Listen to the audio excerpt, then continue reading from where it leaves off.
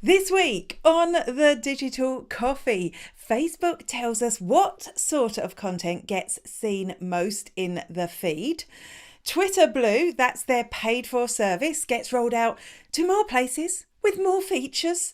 And Clubhouse is launching recording and replays. All that and more after this.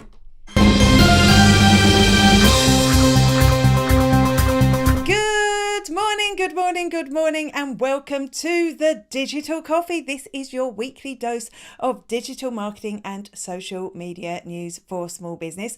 My name is Amanda Webb. I haven't even picked up my mug this morning. Now, before I start, this week is going to be a tiny little bit different. One, for the first time ever, I haven't managed to publish the Digital Coffee newspaper. Could that be because I was away? I was away all week at a conference, and I will have it out later. But that means there's no newspaper if you comment. Hopefully you are signed up by email already, so you will get that shortly. Secondly, I haven't rehearsed, so I may stumble over my words. But that is it. Hopefully my tech issues are resolved from last week. I killed my computer by trying to do too much 4K stuff. You don't need to know. Hopefully you can see me clearly. Hopefully Facebook haven't penalised me too much by not showing this video to people. Though I do worry. And the same things are happening. Some of the same things are happening at 10:30 a.m. Myself and Making Sang will be on Twitter Spaces. If you go to Twitter and look at my pinned tweet, you're more than welcome to come and join in there. I know we've got Melanie here. I was just talking to her a second ago because Melanie is running a virtual conference coming up. It's the 15th of November, which is Monday, and I am speaking at that conference, and I think it's going to be really good. You should see some of the speakers that her and Esther from the Monday Morning podcast have got lined up. It's an absolutely free conference as well. Now, I know I put tons of effort into mine, so I'm imagining everyone will have put tons of effort into theirs. So I know Melanie, because this is where I was talking to her beforehand, is going to drop a link here in the comments. So even if you're not watching live, if you're watching on replay, you can access that and sign up for your free ticket. Now, that is, I think, all their paperwork out of the way for today. And here, this is just make sure you look in the comments. Here we go. There is the link to sign up for that workshop series. Now, back to business. Even though, look, there's no chatbot to send you a newspaper today. If you're watching on YouTube, there's a link in the description. There is a link in the chat at the top. So do let me know, what is it that you're drinking today? Is it tea? Is it coffee? Is it something else? And also, we've got a question of the week, which of course, as usual, relates to one of the news stories. I want to know, are you using Google My Business? I would love to know. And here's May King. Yes, 10:30 a.m. I'm really looking forward to it because we will be discussing what we have been doing for the last few days, which is Atomicon. I'm sure there is no way we can't talk about the fact that we met in person, and that is also why my voice is a little bit husky this morning. I don't think it's COVID. I think I just talked too much. Right, okay.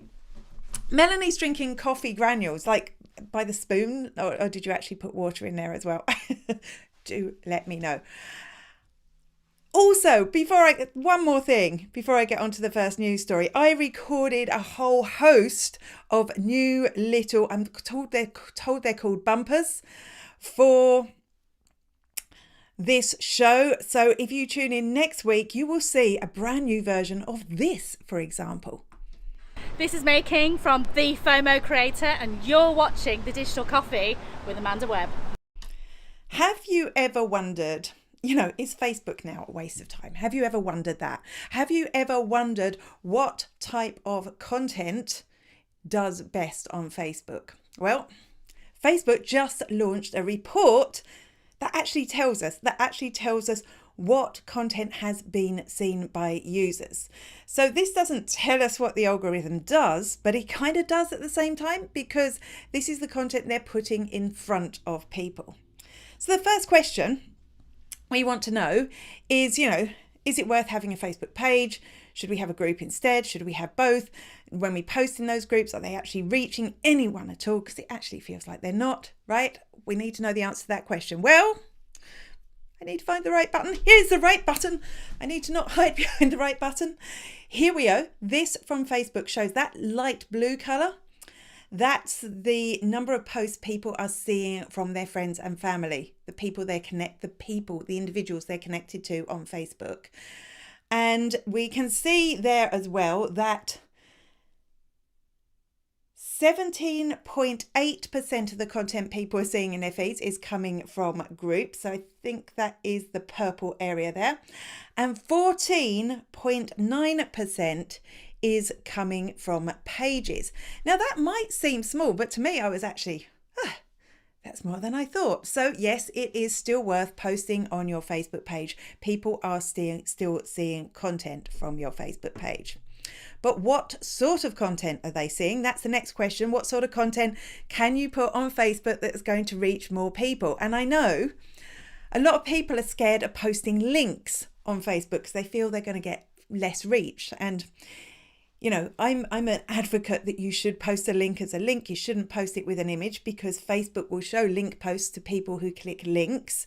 But obviously it does get less reach because Facebook wants to keep people on platform, and because we want less links. As a user, I'm not clicking as many links. I'm just on Facebook to waste a little bit of time. So what are the statistics for that? Well, it turns out that 86.5% of posts that are seen on Facebook do not contain a link. Now that really doesn't surprise me, because not only do Facebook show link posts to fewer people, but also fewer people post links as a result of that, which means I think it's 13.5%, somebody else can do the maths, 13.5% of posts do contain a link. When you frame it like that, it sounds a little bit better. And around 50% of the posts that do contain a link are from pages, from business pages. So to me, that says, it's still, obviously not every single post should be a link, but it's still definitely worth including links in your Facebook strategy. You're not getting penalized any more than an individual. I think that is fascinating. I can see we've got a few here, a few comments, a few here, you're here. Yeah, I'm still on a high from the conference, I think. Hey, Katie, your Google My Business is totally out of date. Yeah, it's the one that we don't tend to think about because it's not sexy like the others, but it's actually really important. Making mistakes. Don't use Google My Business enough, but I will do better. I'd fall into that as well, but I think the main worry is that you've actually got one in the first place. That is the key problem. Pages, Katie replying to the page reach, which she says is more than you thought. Yeah, exactly. So, maybe not time to give up your Facebook page if you feel your audience is still there. Oh dear, my notes have a low battery. Let's just hope we get through this session. Okay, who's next? Oh, I didn't want to press that. I'm Ian Anderson-Gray and you're watching Digital Coffee with Amanda Webb. You may remember that Twitter is launching this paid service that you can pay Twitter money to get extra features. It's called Twitter Blue. And over the last few weeks, we've seen some rumoured changes to Twitter Blue. But this week, they have officially launched some of those features along with rolling it out to other regions. So up until this week, it was only available in Australia and Canada. And this week they have rolled it out to New Zealand and the United States. So this is going to be a big test. We know there's a huge population in the United States. New Zealand maybe not so much. More people are going to see it. And with that, we get a little preview of some of the features you will get if you pay. And the first one is, it was Nuzzle, essentially, you will be able to see the top posts from the people you follow at the top if you click into a specific menu. So this is a service I used to subscribe to called Nuzzle that Twitter then bought. And it's a really good way to see what your audience is interested in, assuming that you are following the right people. And I know, there's two different schools of thought on Twitter: just follow everyone back or be selective. I'm in the middle. I'm selective now. I haven't always been. But this really does help you understand what your audience is interested in, particularly for me once I get past all the social media and digital marketing articles. I'm a real advocate of this tool. I used to enjoy it when it was Nuzzle. If I subscribe to Twitter, I know I'll enjoy that. The second one that I want to show you is ad-free articles. So how this works is Twitter have partnered with some specific publications. I think it includes the LA Times, Rolling Stone magazine. So it's quite an eclectic collection of people who publish articles. And you can see, once you're a subscriber, you will see underneath the article the button that says ad free. And what's happening here is it's a partnership. So as a Twitter Blue subscriber, you are contributing money to those publications, so they won't miss the ad revenue. Twitter are revenue sharing with them, which for me, if they were able to expand this to a lot more services, this would be brilliant, because a lot of the time I'll click a link on Twitter and of course it's bringing me to a paywall. And it's just like, oh, well, I won't bother reading it then, which, it isn't good for me. It isn't good for the newspaper because I'm not subscribing. And even if it was open, they're not making any money. I love that this is kind of a middle ground from that. There's other features we didn't know were coming. So access to Twitter Labs, which is where they test stuff. So you can be basically a beta tester as well. You get things before anyone else does. Making, maybe if you signed up for that, you would be able to schedule your Twitter spaces. Video uploads of up to 10 minutes. I'm still worried they're going to take this away from me when Twitter Blue comes out. But hey, the one thing that would let me pay for Twitter Blue, I love some of those features. I think they would be useful. Still not on the cards, which is better analytics. If that came along, Twitter, you could have my money. Ooh. What's next? You're watching The Digital Coffee with Amanda Webb. Not everyone is happy if you embed their Instagram posts, say, in a blog post or in an article. People feel that they've created that content and it's for their audience, and they feel like, I don't know the law, but I don't think technically that it is copyright infringement. But they feel like it's copyright infringement, and that may make them less likely to share on Instagram, particularly, in the day when photography was a big thing on Instagram. And also, from a business point of view, we might not want certain publications that don't align with what we believe to be able to embed our Instagram posts.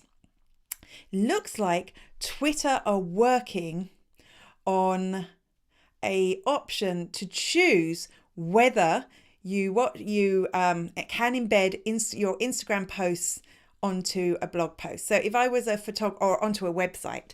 So if I was a photographer, for example, and I had beautiful photos and I didn't want people using them, I could just switch that off, meaning people couldn't embed them.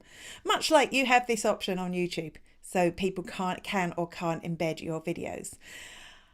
So this is going to keep photographers happy. I actually think it's really good as well for businesses to protect their brands. A lot of those articles that do embed, not all of them, but a lot of them that do embed Instagram images are, lazy. They're lazy posts. But what worries me is when this is rolled out, if this is rolled out, because this is, just something they're working on. Does that mean if somebody switches off, blog posts and articles around the world are suddenly going to have these blank spots where they embedded the image, or what is going to happen there? So that could be concerning if you have a whole lot of content like that. Hey, it's Andy at Content Cal here, and you're watching A Digital Coffee with Amanda Webb. In the past few weeks that we saw that Twitter Spaces has launched their recording and replay function which is fabulous. I got it last week. I said I would report back. I can report back that it worked. Once you've finished your space, you can trim off the beginning and the end if you wish to, which I think could be useful, because I had to use that because I forgot to put my microphone on at the beginning and everyone missed my great presentation. What I can't seem to do is download it. I can't seem to download that file. And that is something I'd really like to be able to do. I'm sure there is a workaround. I'm sure someone smart and geeky will be able to tell me how to do it, but I can't do it. And that is one of the things that is different and better about Clubhouse record and replay, because not only will you be able to record, not only will you be able to replay, but you will also be able to download your space.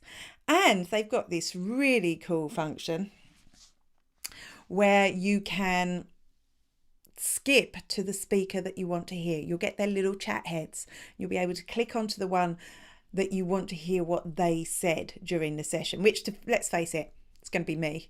I mean, not you. You're going to look at yourself, right? You're going to look at yourself. That's what it's going to be. So I think that's a killer feature. I think that's amazing. But I do think it's something that we're going to see on Twitter really soon because it's a cool feature. Why wouldn't Twitter steal it? Good morning. You'd love to be able to schedule your Twitter spaces, and Twitter Labs sounds amazing. Yeah, it does.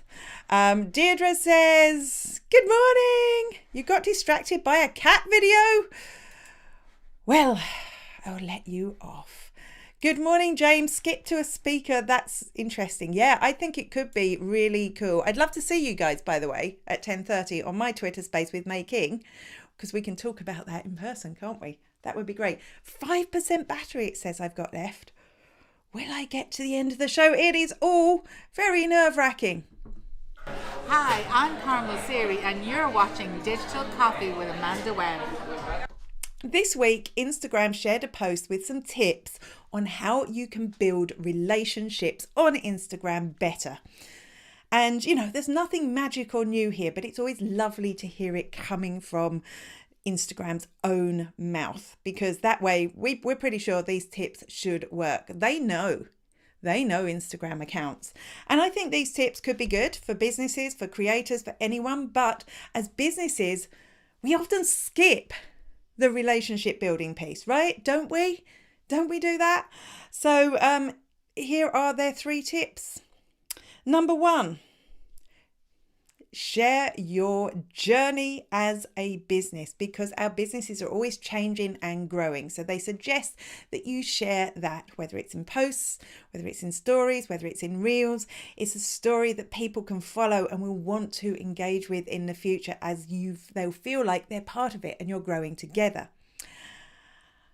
Number 2 is to create a series and use, this is what they say, I'm going to interpret it. Create a series and use hashtags that your customers can use to be part of the conversation. Now, to me, I think that means create your own hashtags, like branded hashtags, so that people can use those in their own content, which will help you spread the word. And for a series, it's not clear what it means, but I think that could even be, you know, a post of the week or a question of the week type post.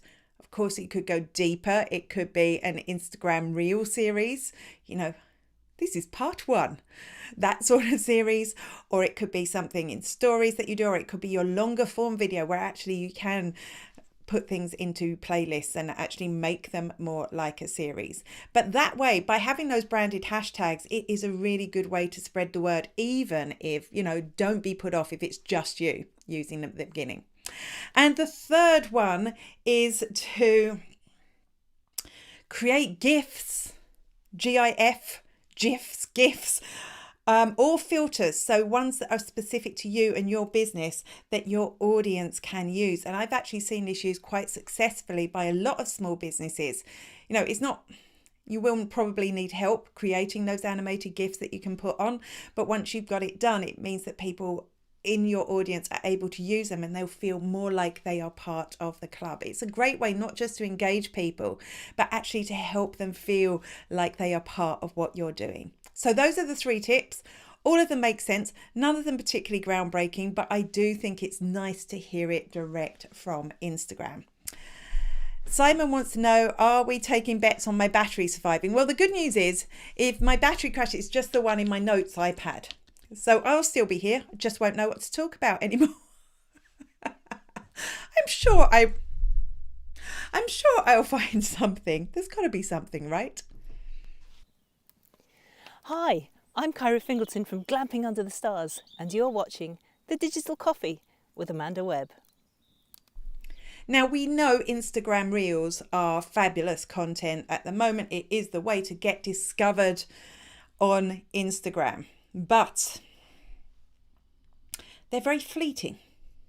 You'll have an Instagram Reel for a little while. It will be in the feed. They may even have a week's worth of length, but then that's it. I know people can go and view it on your profile, but what if somebody who follows you sees a particularly good reel from you, or you've got an offer, or you're showcasing something, or you've got a really good tip? It is gone.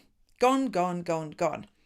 But Instagram are working on adding they're calling it playlists, which makes it totally confusing. It's more like a bookmarks folder where you're going to be able to save your favorite reels. So maybe you're going to have a happiness folder for all the things that you find truly inspiring, and you can look at that and you'll always feel inspired. Or cats, you could have, I know for sure that I will have a cats folder for all the cute cat videos that I see that make me smile and make me laugh. Or maybe you're going to have a tips folder. Maybe you're going to have a cookery tips folder. Maybe you're going to have a digital marketing tips folder. So when you see something really good, you will add it to those bookmarks. So the question is, how will businesses use this? Well, I think the real way to do this is there's some obvious things. You could have a sale and have a voucher and tell people, save that, make sure you save this post, or just create amazing tips and useful information that people will want to bookmark. You can always, of course, remind them to bookmark it, but I think having a really good piece of content there in the first place will be the thing. The digital PR agency Rise at 7 has some nice branded gifts featuring staff. Wow, that's kind of cool. Deirdre says, when has Amanda fallen short of talking about a subject? You're so prepared.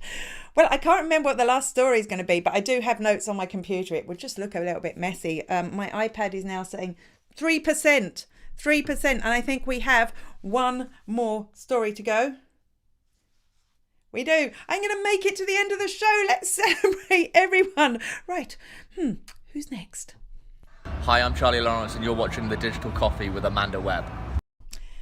You know what? Things have really changed with creating a Google business profile. You know, I remember the days when you try and send it. I don't even know if they still do this, but I know there are better ways now.